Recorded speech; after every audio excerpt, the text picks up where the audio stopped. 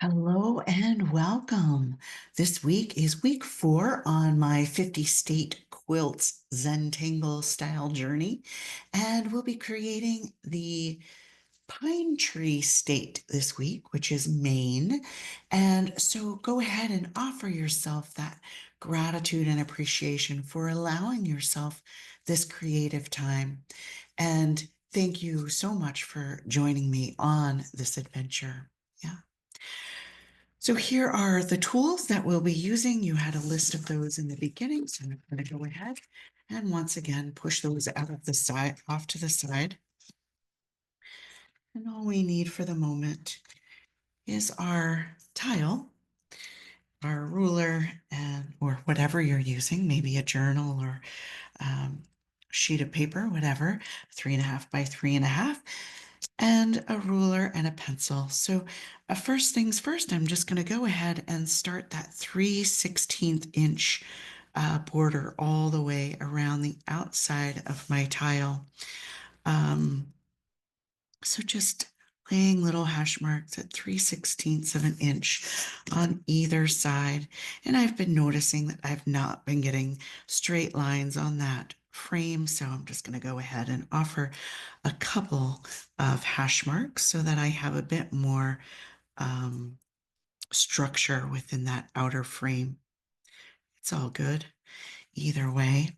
And once we get that hash line set up, we'll go ahead and connect from side to side, allowing those lines to fall right into the corner of our tile.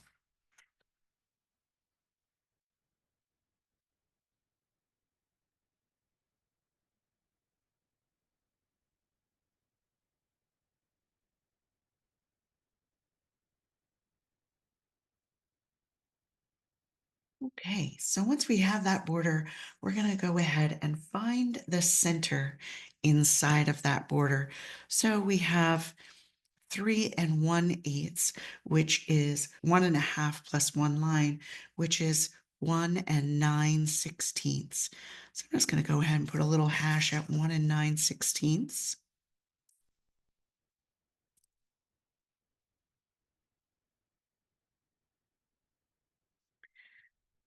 And that's my center. Okay.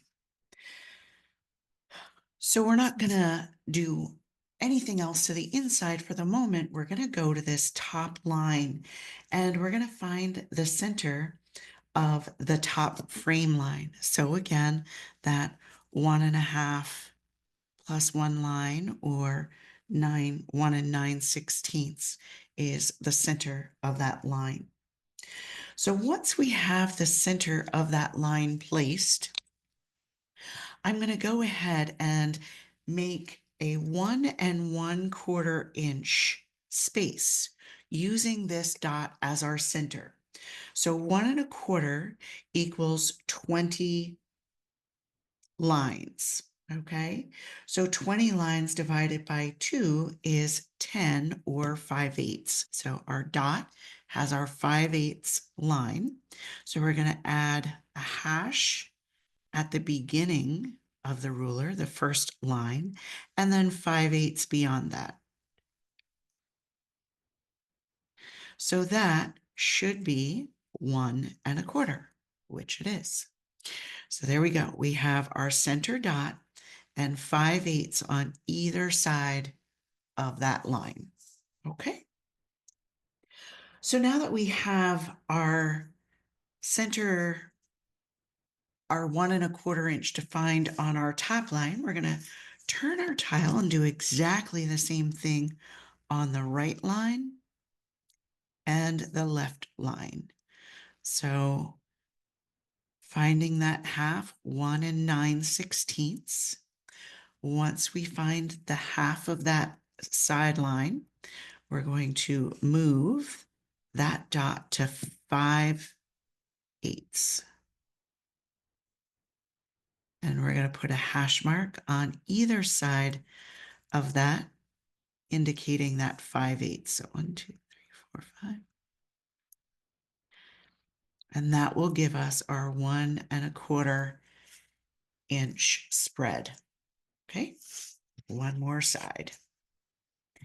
So again, we're going to find that center. 1 9/16. Moving that to 5/8. Adding a hash at the beginning and at 1 1/4. All right. So now that we have 3 sets of dots on both the left, the center, and the right lines, we're going to ignore for the moment that center dot, and we're going to focus on just the left and the right. So those left and right dots, we're going to pull right down to that center mark that we've just created.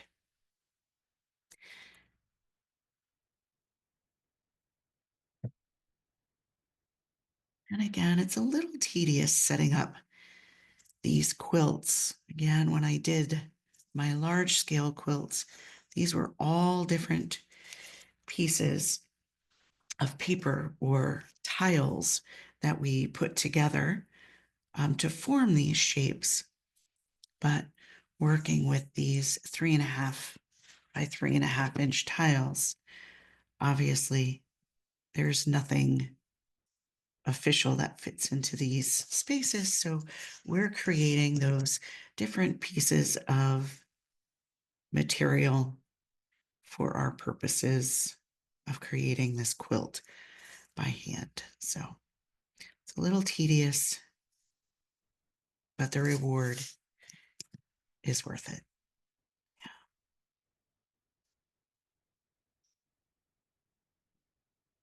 Okay.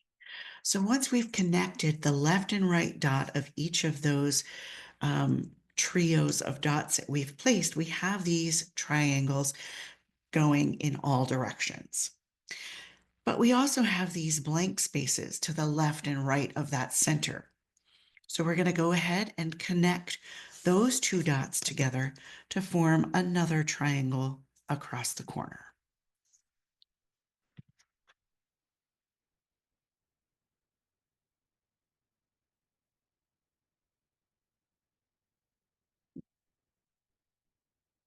There we go. Now we're going to work inside of each one of these, or on the line of each one of these triangles. So we're going to lay our ruler down, and at every 7/16, we're going to make a little hash mark. And you always want to start the end of your ruler on the outside of the line, because we're going to find that it's not exactly 7/16 of an inch when we get to the inside. We're going to have a little bit more space on that inside grid, and that's okay. So 7/16.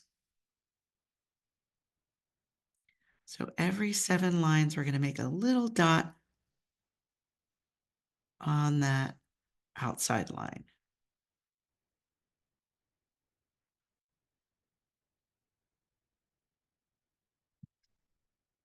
Okay. And we're going to do that all the way around. Again, starting on the outside of our line with our ruler.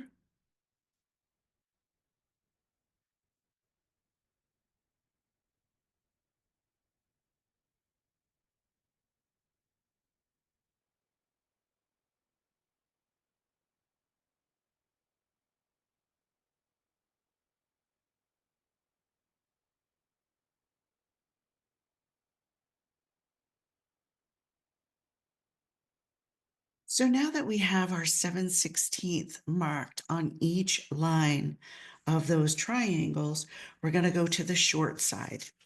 And on using just the width, that 1 1/4 inch width, we're going to add a hash at 5/16.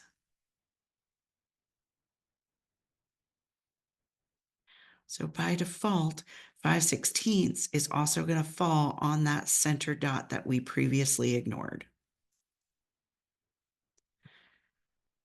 Right? So we should have 3 dots across the short edge with that center dot that we've already laid as the center of our triangle.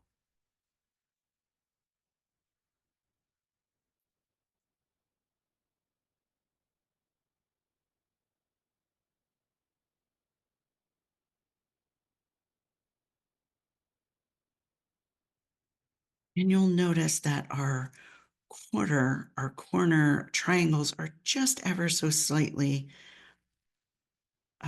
larger than our others, and that's okay. I'm still using that 5/16.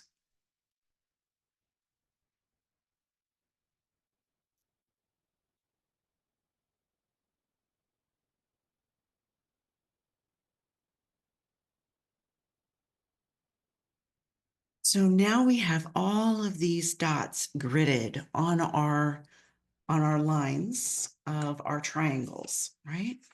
So we're going to take all of those dots and we're going to draw a line from the long side to the short side. So we're just going to connect these dots from the long side of our line to the short side of our line.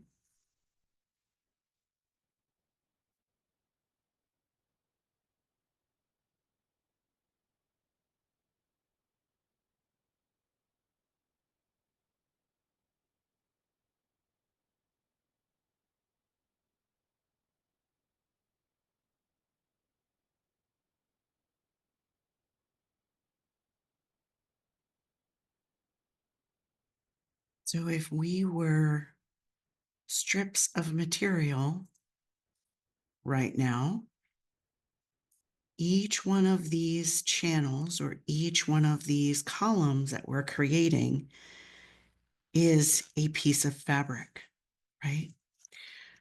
So right now we're laying our fabric into the applique or the patch that will then be sewn together as our final step to this process.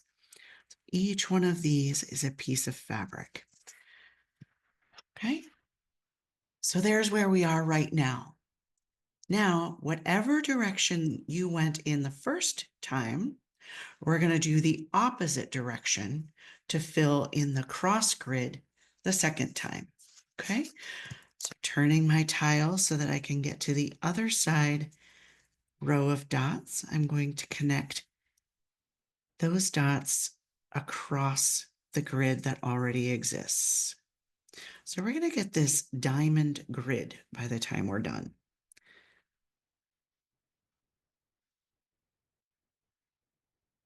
So here's what we have when we're done crisscrossing all of those lines using the opposite side dots than we used before.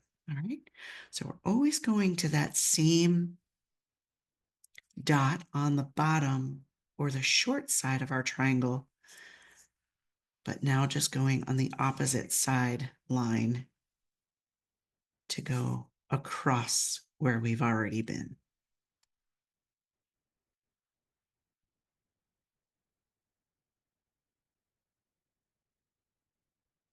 Each one of these diamonds is a different piece of fabric, all meticulously hand sewn together. So if you think that what we're doing is tedious and time consuming, just pause for a moment and think of the beautiful men and women that create these quilts by hand, starting out with the smallest piece of fabric, building them one piece at a time to create a quilt size piece of art that keeps you warm. It's pretty amazing. And we're offering ourselves grace, knowing that we do not have a long arm to do this work. We're doing this one push of the needle through the material at a time. Yeah. Okay. So right here is our spreading pine tree, which is the vision for the state quilt for Maine. also pine tree state. So here we go, our spreading pine tree. So we're going to go to these first two dots that fall underneath the peak of our spreading pine tree. And we're going to go ahead and from that dot down to our string line, we're just going to pull a straight line from the dot down to our string. And we're going to use both of those dots to do the same thing. So right, left, dot, pulling straight down to our frame. Okay. Now on the left side of our now spreading pine trunk, I'm going to go to 7/16 and add a little hash mark on the left side of that line. And again, 7/16 on the right side of that trunk. Now, if you'll remember, each one of these dots up here is 7/16. So we're mimicking, we're mirroring that image right here on our tree trunk. And we're going to do the same thing on our frame line. So we're going to add another hash at 7/16 on our frame line to the right and left of that trunk.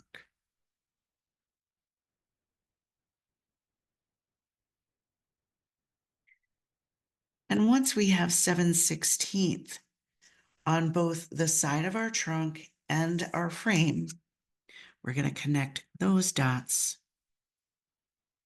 to create a triangular shape at the base of our trunk so that we can see the roots of this trunk are expanding out, right? Okay.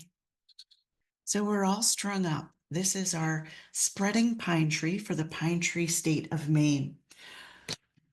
This grid, because we had to do so much measuring and kind of being a bit precise, I got a little dark on my string line. So I'm going to go ahead and take a kneaded eraser. I'm just going to tap my kneaded eraser down on top of this string line to kind of take some of the depth that I've created away so that when we add color, these are still visible. I don't want to get rid of them because we're obviously going to need them, but just to tone them down ever so slightly, just taking that kneaded eraser and allowing some of that harshness to kind of be pulled away. Okay, so I'm going to start with my 977 for that tree trunk. And once again, I'm going to go ahead and offer my palette to the acetate so that I can control that ink a bit more and lay the depth and have the texture that I'm looking for. If you want to go directly to your tile, by all means, that's perfect as well. Whatever speaks to you is exactly what you should be doing. I'm just going to take that 977 in a circular motion. Just go ahead and start offering that color into that space. Again, I'm liking the textures that are falling behind the scenes of our tangles by adding this blending technique. And if you think it's too blotchy or kind of too sloppy, that's when you get the best texture, right? So remember, all of this is going to be covered up by our tangles. So any of those deeper, darker spots will just offer those low lights into those tangles, whereas those brighter, more vibrant highlighted spots will in turn offer those highlights into your tangles, right? So if you don't like that idea, by all means, take that marker directly to your tile or use colored pencil. Colored pencil is a little bit tricky. It might be waxy to add our tangles on top, but I'm going to allow this beautiful texture to just be right there in that trunk. Okay. And now I'm going to take my 126, my light green, and my 098, which is my dark green. So any two shades of green that you have, I'm going to go ahead and put that throughout my whole treetop. So this pine tree is going to make sure that your blender is cleaned off. And I'm just mixing both of these colors together. And sometimes I'll only pull the light green, and sometimes I'll only pull that dark green. But for the moment, I'm just going to blend them all together and let whatever color shines out be okay. Just going to grab some light green.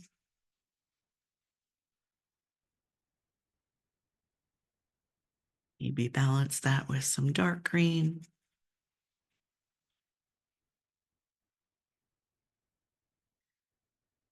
Blend them both together again.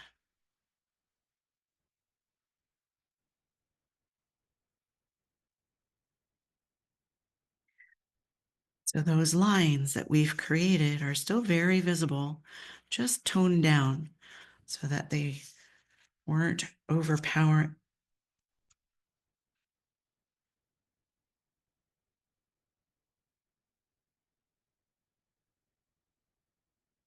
All those string lines that we've added are still very visible.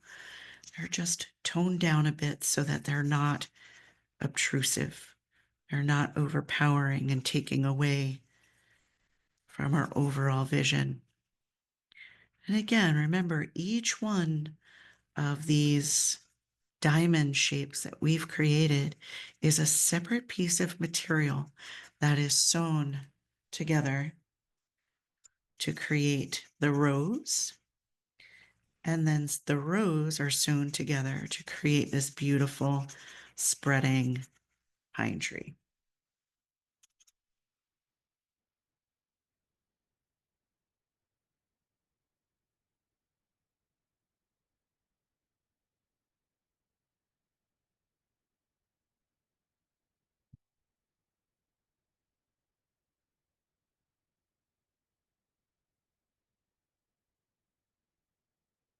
Brushing your palette as you need it, right? You can always go over layer, layer, layer, right? You can always add more color if you feel like your color is just a little washed out. You can go back, add another layer to that beautiful vision. Or instead of doing an entire layer, you can be selective about where you want that palette to come together. Where do you want more depth? Where do you want more highlights?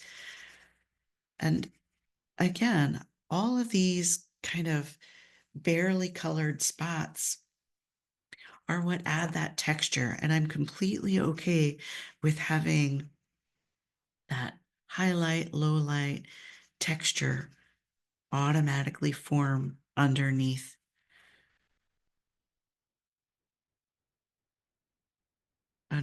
my tangles as they get added.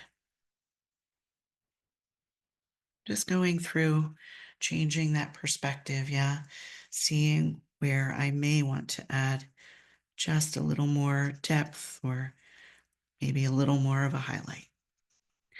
Again, not coloring the whole thing in one beautiful, smooth palette, but rather allowing that texture to shine through. Okay. So I'm going to go back to my pencil for just a moment. So now that we see this spreading pine tree and how it falls onto our tile, I'm going to go to the background, the sections that are still white inside of the frame, and I'm just going to add little orbs.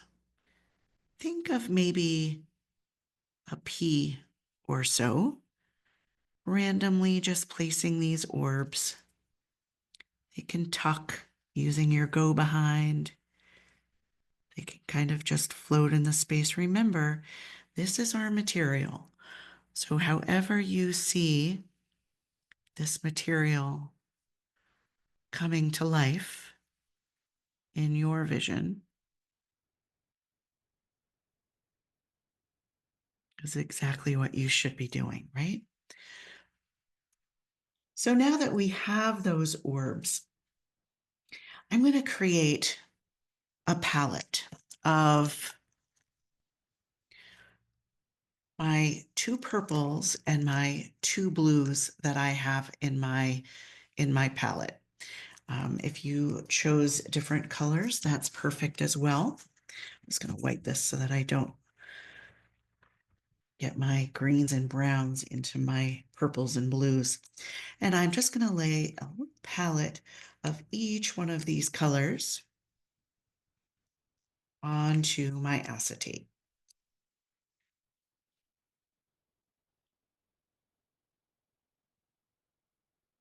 So making sure that your blender is clean of grain, I'm going to go ahead and take all 4 of these colors and mix and mingle. So I'll just start with my 2 lighter ones for the moment, and I'm going to pull some of that lighter purple out into that lighter blue color. And I'm going to go and add some of that color into my orbs.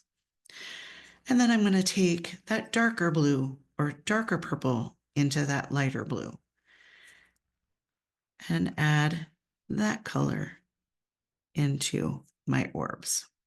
And I'm just going to randomly, I'm not cleaning my blender in between. I'm just going to randomly allow these colors to kind of be blended together and come together as they see it. Not being real particular or mindful about what colors I'm picking up. Maybe all 4. And again, we can always go in and add another color over top. So layering is our friend, right? The only thing we want to be mindful of is inevitably we'll be tangling into these orbs. So you don't want to necessarily go too dark, or we won't be able to see our beautiful patterns in our quilt.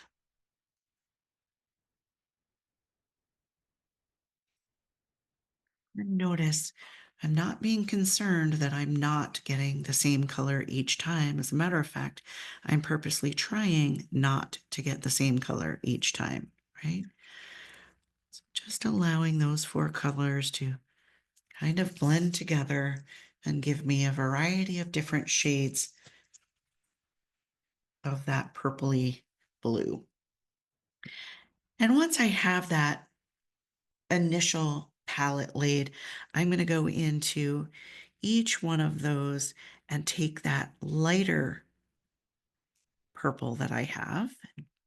I've cleaned my blender just a little bit so that I can not add any more depth and darkness, but only this little palette of that lighter purple. And I'm focusing more on just one side. It doesn't matter which side, but I think I've tended to kind of fall mostly to the left, but it doesn't really matter.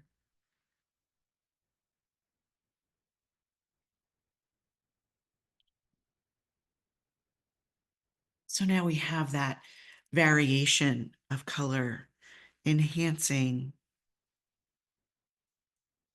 that already blended palette as our base. Yeah. Okay. Okay, so I'm going to go to my 451, that light blue that I've pulled, and I'm going to go directly with my marker to the background. And I'm going to do a circular motion so I don't get any lines visible in my background. And I'm just going to circular motion all the way around everything that already exists in that space and add my beautiful sky to our Maine background.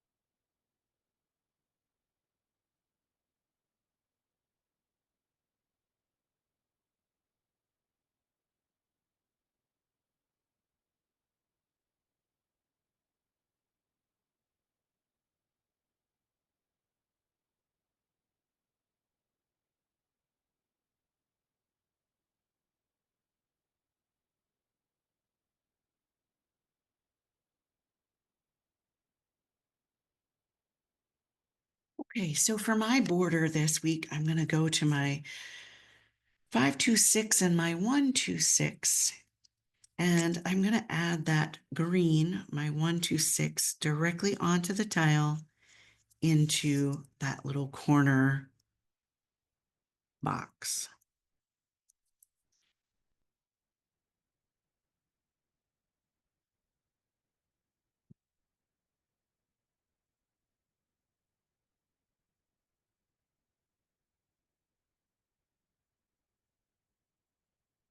My 526, I'm going to go directly to the tile in those remaining sections.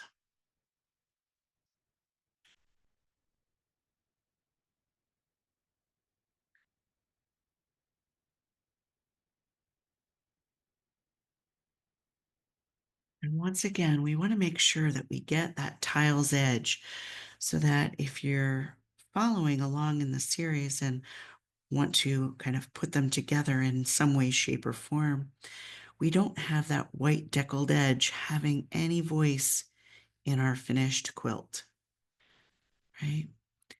We want even the edges to have that material visual. No white deckled edges for us.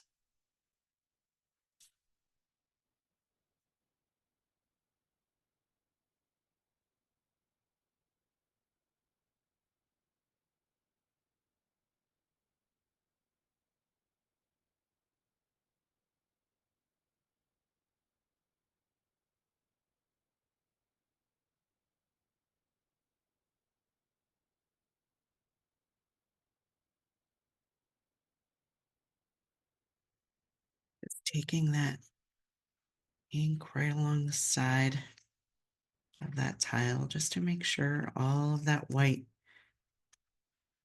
has been addressed. All right, so we have this beautiful block happening right here, so bright and colorful. Still a tie-in to the colors that we've already been using, but introducing some new brighter colors into our palette this week. All right, so I'm going to tangle in my light gray, my number 4201. So all of my tangling on this tile is going to be using my light gray. All right, so what is Maine known for? Well, we have Acadia National Park. So that's where we're starting. We're starting with the tangle Acadia by Melinda Butcher in each one of these triangular spaces of our spreading pine tree. As I said earlier, each one of these diamonds is a separate piece of material, right? So as we go through this, we're building our visual of our material. Oh, how fun to just be able to custom make our own material for our quilts, right? All right, so Acadia starts first with a dot in each corner. Now, you don't want to go too big on these dots because we're fitting a whole lot of yummy goodness into a 3.5-inch tile, right? So if you make your dots too big, you may not have room for the rest of what the Tangle Acadia has to offer. So just ever so slightly offering that dot of ink into each corner of each one of those patches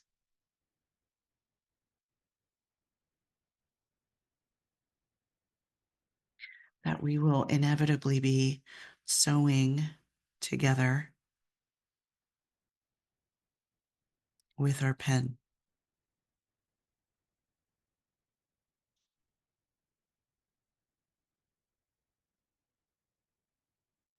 So simple, but even seeing these 4 dots coming together in the corners of these diamonds where they meet, even that offers a magic.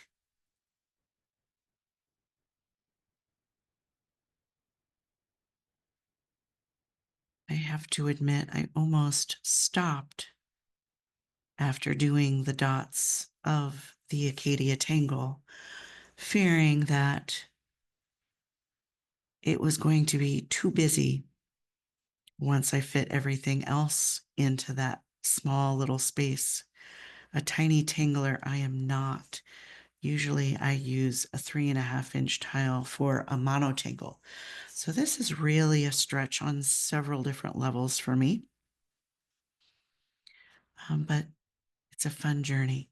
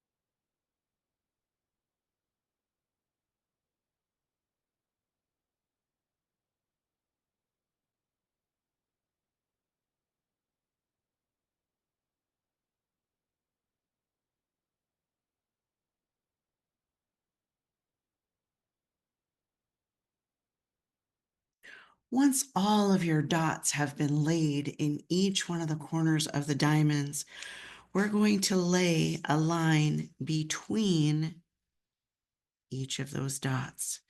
So right along the edge of our string line, we're going to lay a dot that doesn't connect those dots. There's a space between the dot, but just laying a line between dot to dot on either side of that string line.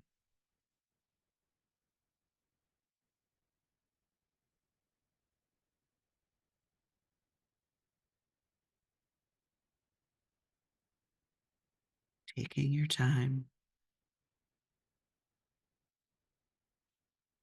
enjoying the magic of the repetition of what's happening right now.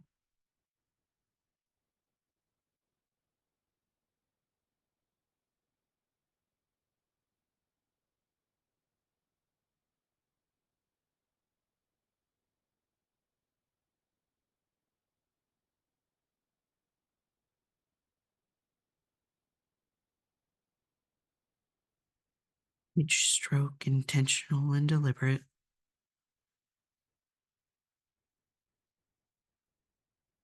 Being mindful of that breath.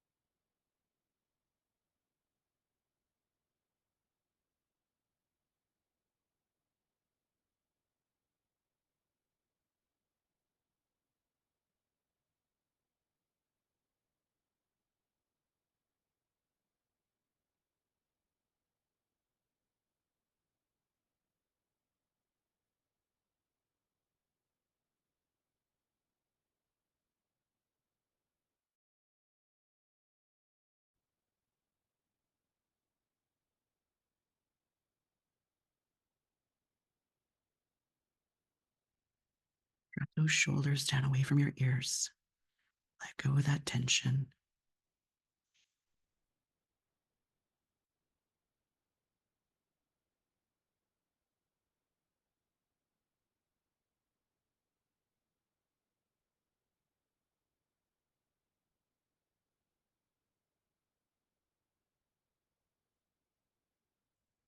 So as you finish adding those lines, it already almost looks like quilt pieces, right? We're already getting that vision to come together. So inside now of each of these diamonds, at the base of our lines, where our lines kind of they don't connect, we're going to connect them. So we're going to add an arch from side to side right above our dot. So add an arch from side to side right above our dot, and then add another arch above that and add some ink below. So I'm going to go ahead and do each one of those into our diamonds. And if you notice, if you're mindful, you can almost piece these arches of acacia together so that when you're done, you have a whole vision of kind of arched lines or arched, I'll say acacia because that's what it is, that flows in each row, that kind of connects from each row. So I'll just continue and try to explain, show you better what I mean. So obviously, I'm having a difficult time explaining. So we're just connecting the bottom of those two lines on either side together.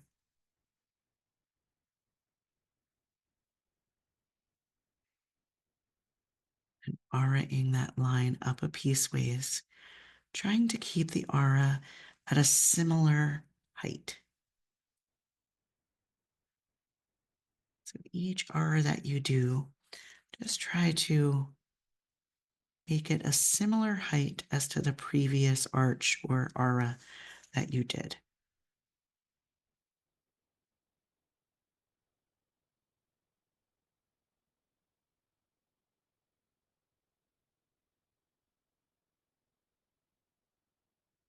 Okay, so now that I have 2 rows done, you see how my arches kind of flow together and make it look like these pieces were meticulously picked and placed at just the right spots to have this kind of fan-like expression happening with each one of those pieces.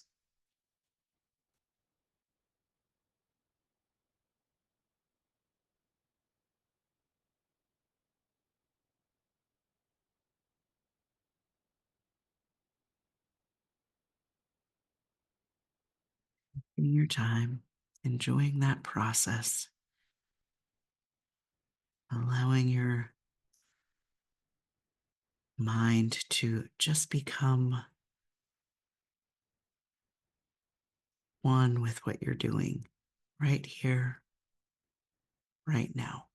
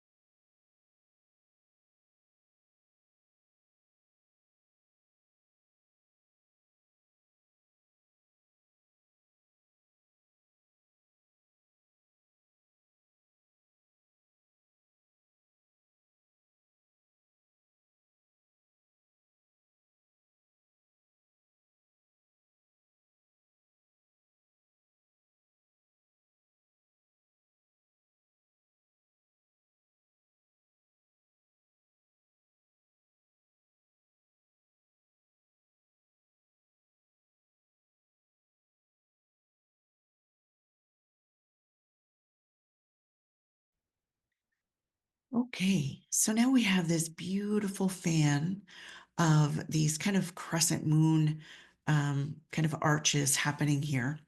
And we have one more step to completing the Acadia vision. So right below the two dots on the diamonds, I'm going to take each one of those lines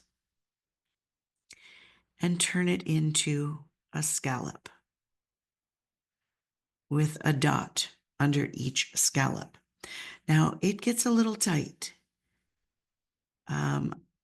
into this little space, but it all works out. So I move forward. If this doesn't speak to you, if you don't really like the kind of foof on the top, pause.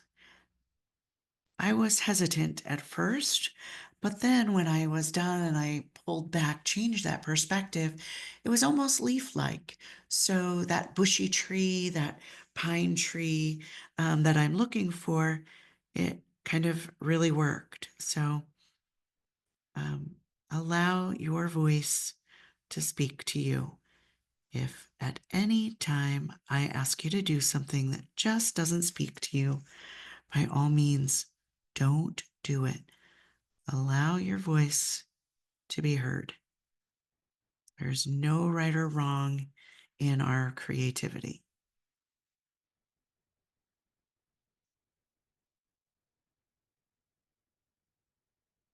And although I'm using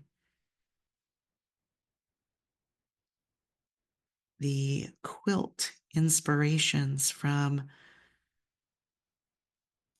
both the Workbasket quilt book and the Cobble Hill Puzzles, they don't match, meaning I would have thought that a state quilt would have been a state quilt universally. But the patterns in the work basket book versus the Cobble Hill puzzle layout are not always the same. So I'm going to say inspired by me, created by you. And if you want to create your own state quilt, by all means, have at it, right? I'm only being inspired by those two sources. But if there are two different ones, I'm sure there are hundreds of different ones. So I was shocked to see that. I truly thought that a state quilt would be universal. So I've had fun picking which one of the two I'm going to deconstruct.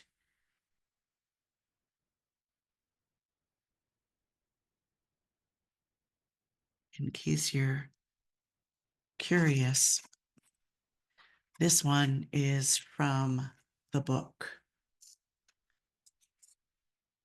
It's so much fun learning tidbits of information about the states so that I have kind of a kickoff to start searching for tangles.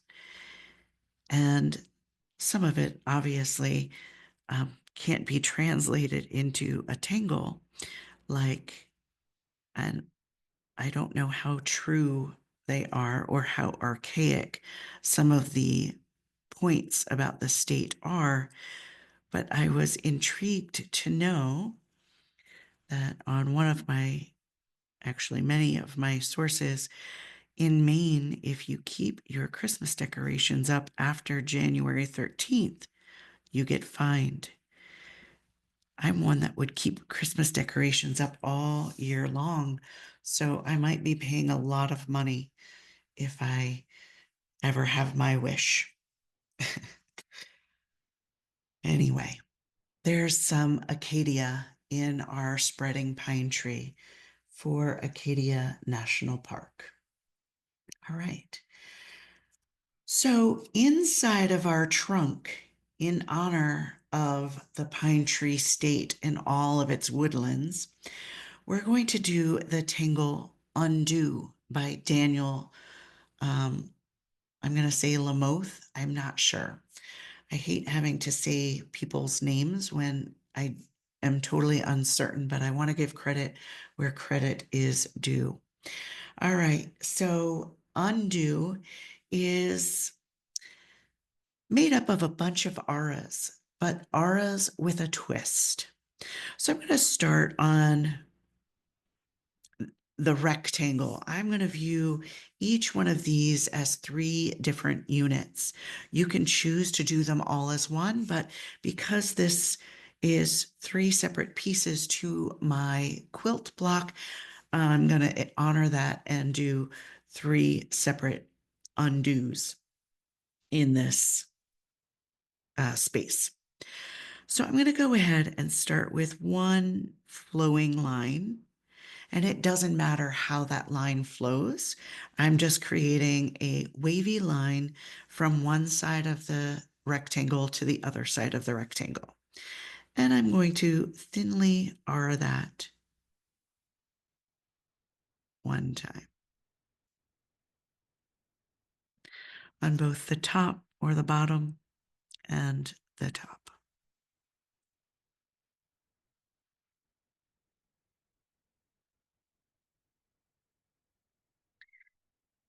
And you can aura this as many times as you want. I tend to do 3 or 4. So I'm going to stop with 3 right here. So I have my 3 lines. And on my 4th aura, I'm going to start and then I'm going to kick off. So I'm going to aura and then pull away from that aura line, which now gives me a whole other opportunity to aura. So I'm going to aura this bottom portion 2 times. Again, you can aura as many times as you wish. And then I'm going to aura this new outline 2 more times.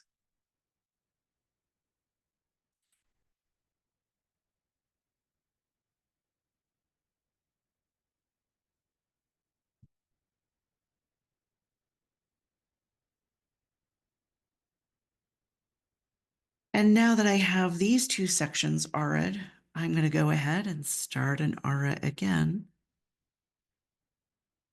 and pull off. So I'm going to just continue to aura, pull off, and add as many auras into that new space as I see it.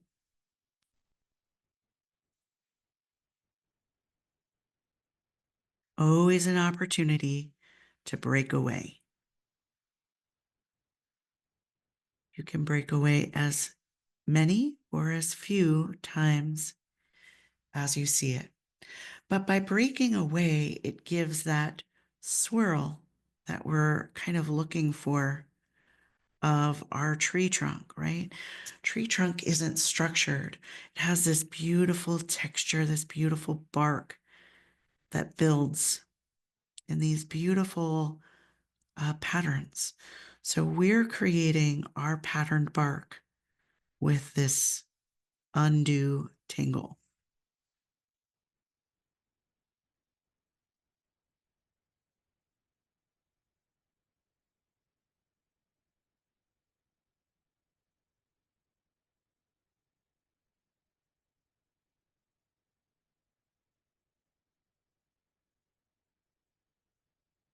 No right or wrong.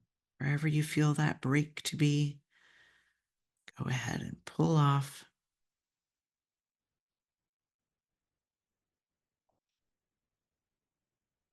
And add that next set of auras.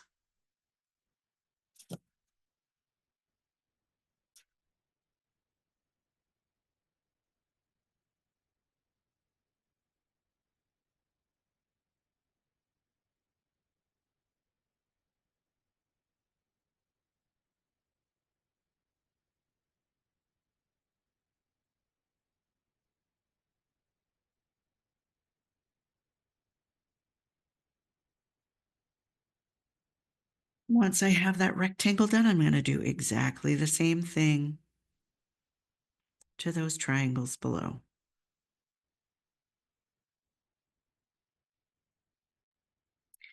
And since that space is so much smaller, I'm going to probably do a few less auras to that space.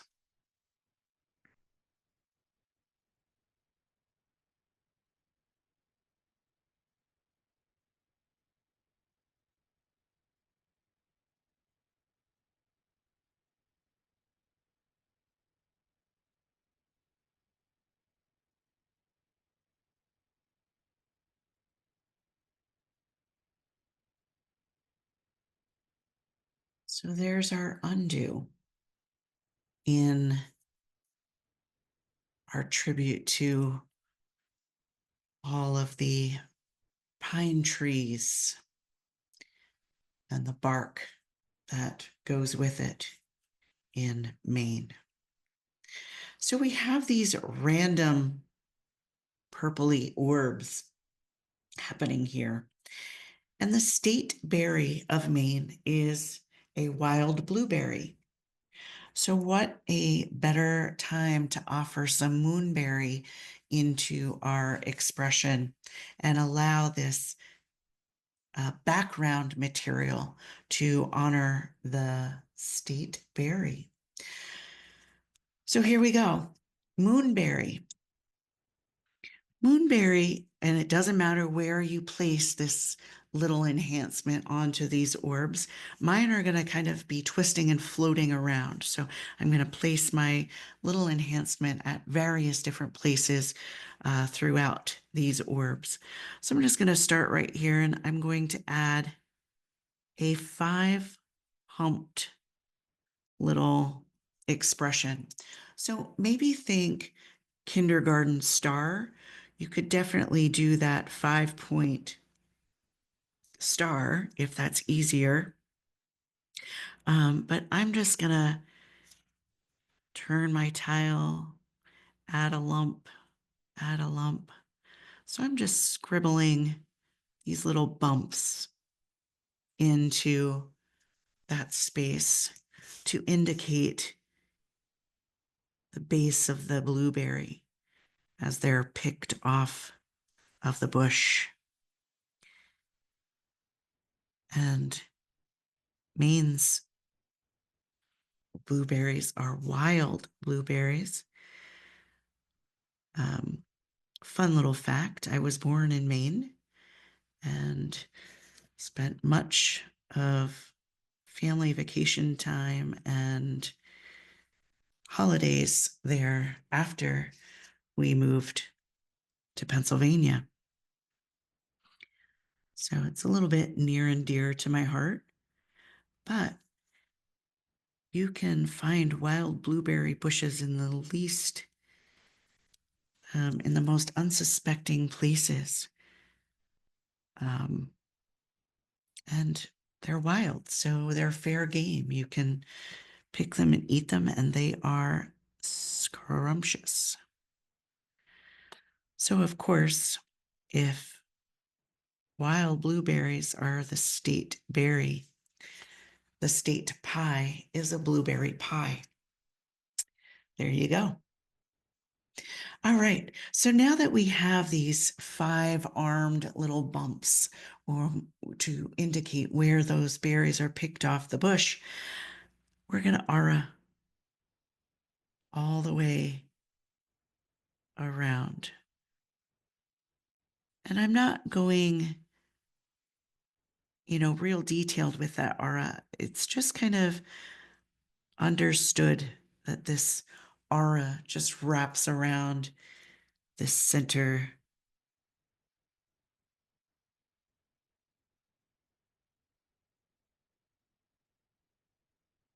Almost haphazardly.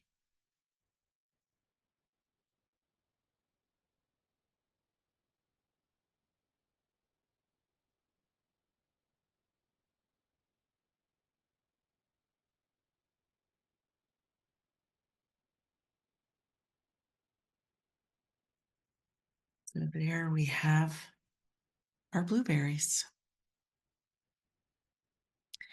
And our tangling is complete for our main block.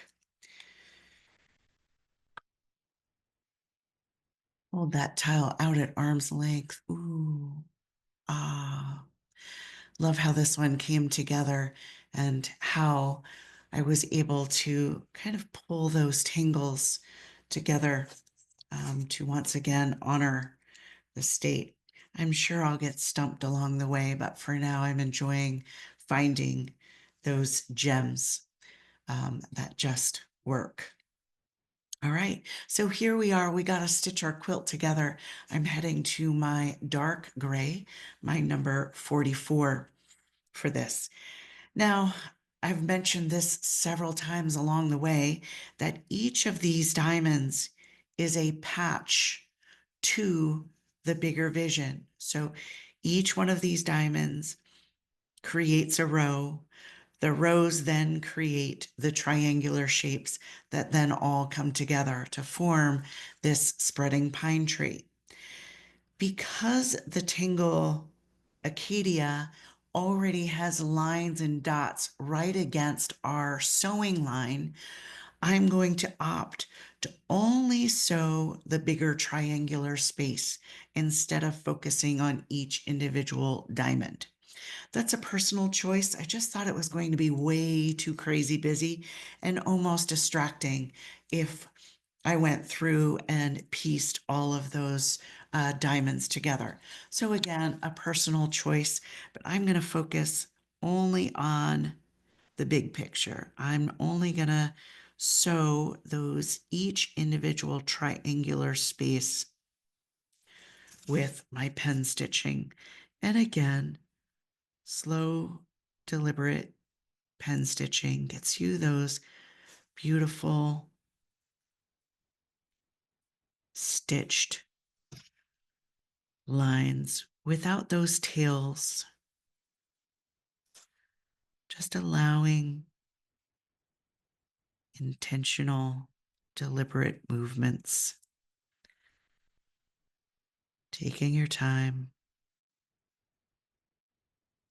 honoring your breath.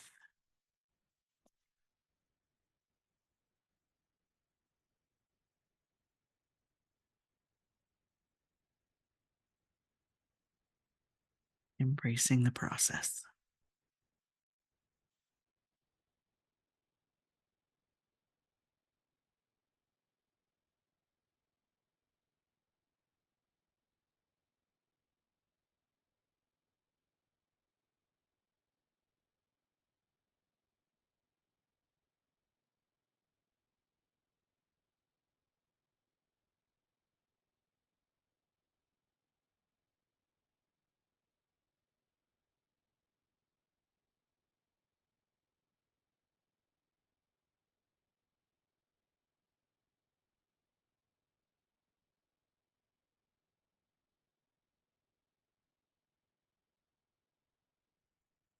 Drop those shoulders down away from your ears. Offer yourself a blink. Those stitches are potentially getting a little blurry at the moment. Blink those eyes.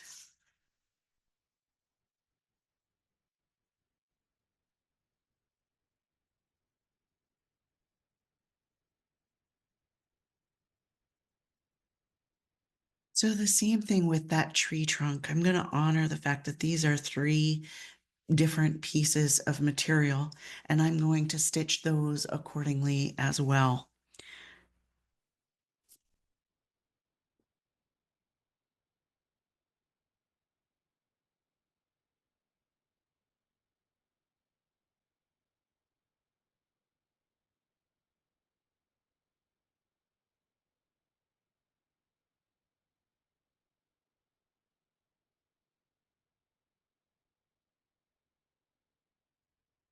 And then we have these larger pieces of material that kind of fill the background with our wild blueberries. Just going ahead and stitching all the way around that patch.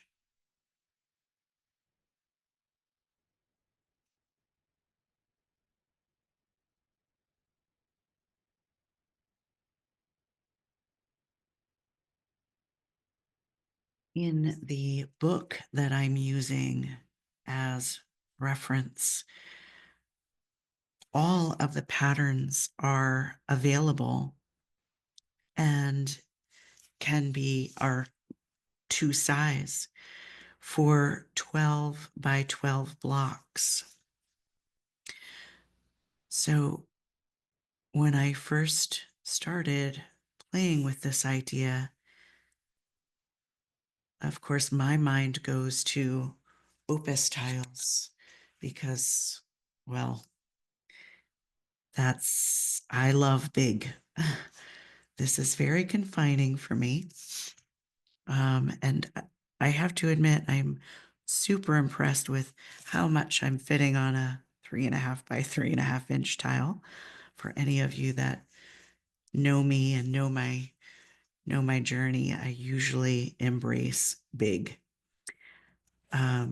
So originally this series was going to be all opus tiles so that they could be pieced together by other elements of standard tile sizes or paper that could be cut out to size. Again, the patterns were right in the book to size. So it was super simple and I didn't have to translate math.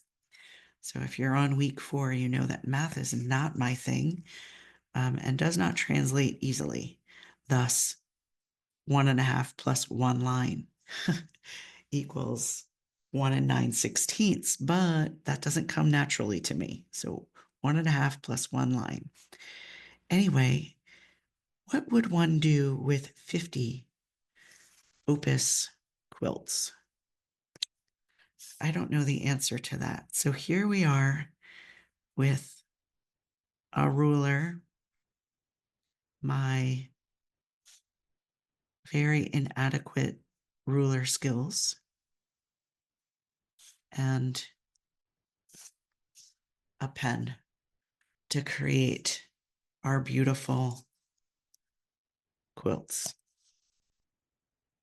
Okay, so we're all stitched up. Our our block is put together, and all of our individual pieces of material just shine. Ooh, ah. Yeah, so here we are. And we're going to continue with we're not shading every individual element, but rather each individual patch of the block so that all of this kind of comes together. And as we shade around the stitching, we pop that center, highlight that center so that the depth is around the edge where our stitches kind of pucker and kind of pull. And this beautiful highlight just automatically expresses itself right in the center.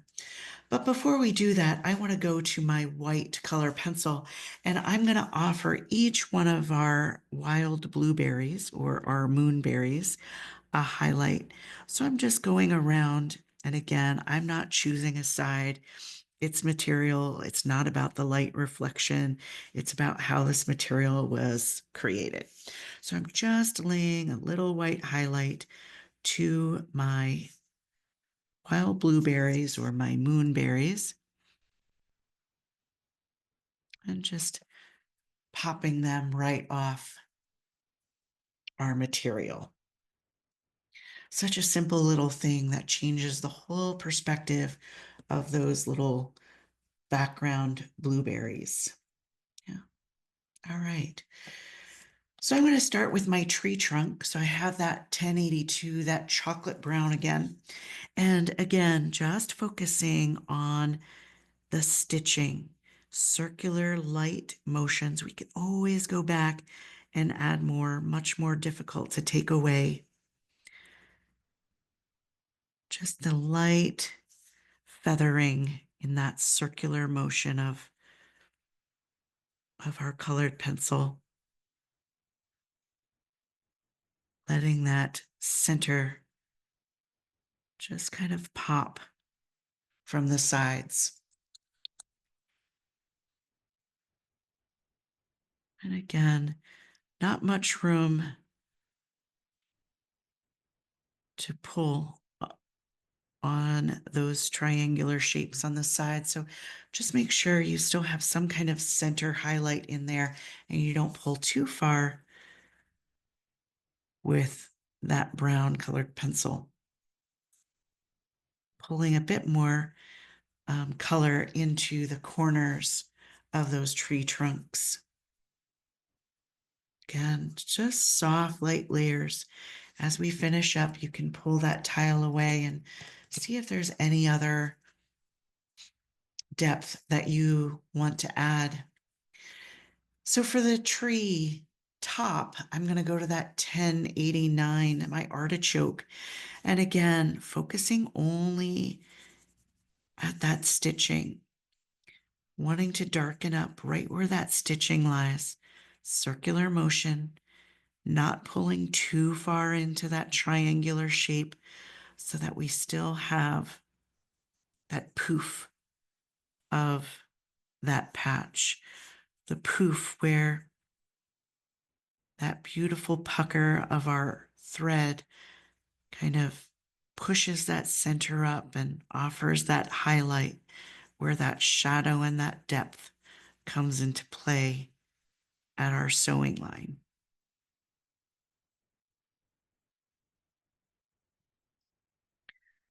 Just an ever so slight love to these patches. It would be way, way too detailed to offer shading into those individual elements. Sure, it's possible, but it's not necessary. If you change your perspective halfway through, it doesn't look like much until you see the difference of where you've done and not done, right? Definitely offers a bit more depth and it has a completely different voice with just that light layer of shading with a similar color into that space. Graphite might be too heavy-handed, but this kind of monotone shading, we're pulling the colors that were used into the shading of these individual patches. Again, just offers that highlight, that poof in the center, and tones down those edges. So nice. All right, so I'm going to that 1088 into those moonberry materials, our wild berry, our wild blueberries. And again, same exact technique, focusing on that thread, focusing on the pucker.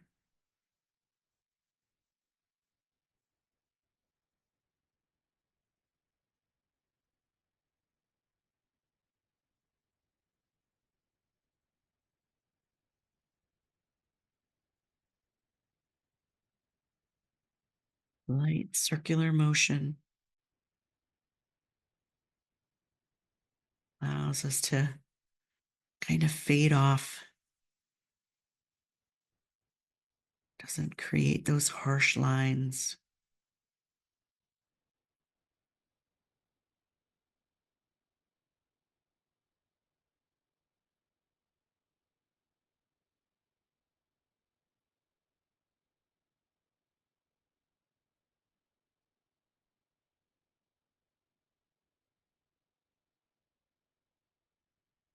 So there we have it, Maine, the pine tree state, our spreading pine tree with our state berry, our wild blueberries, Acadia National Park, and our undo for all of the bark on all of those pine trees in Maine. Thank you so much for joining me on this amazing adventure that I'm on, week 4, Maine. I hope you enjoyed it. Until next time, take care.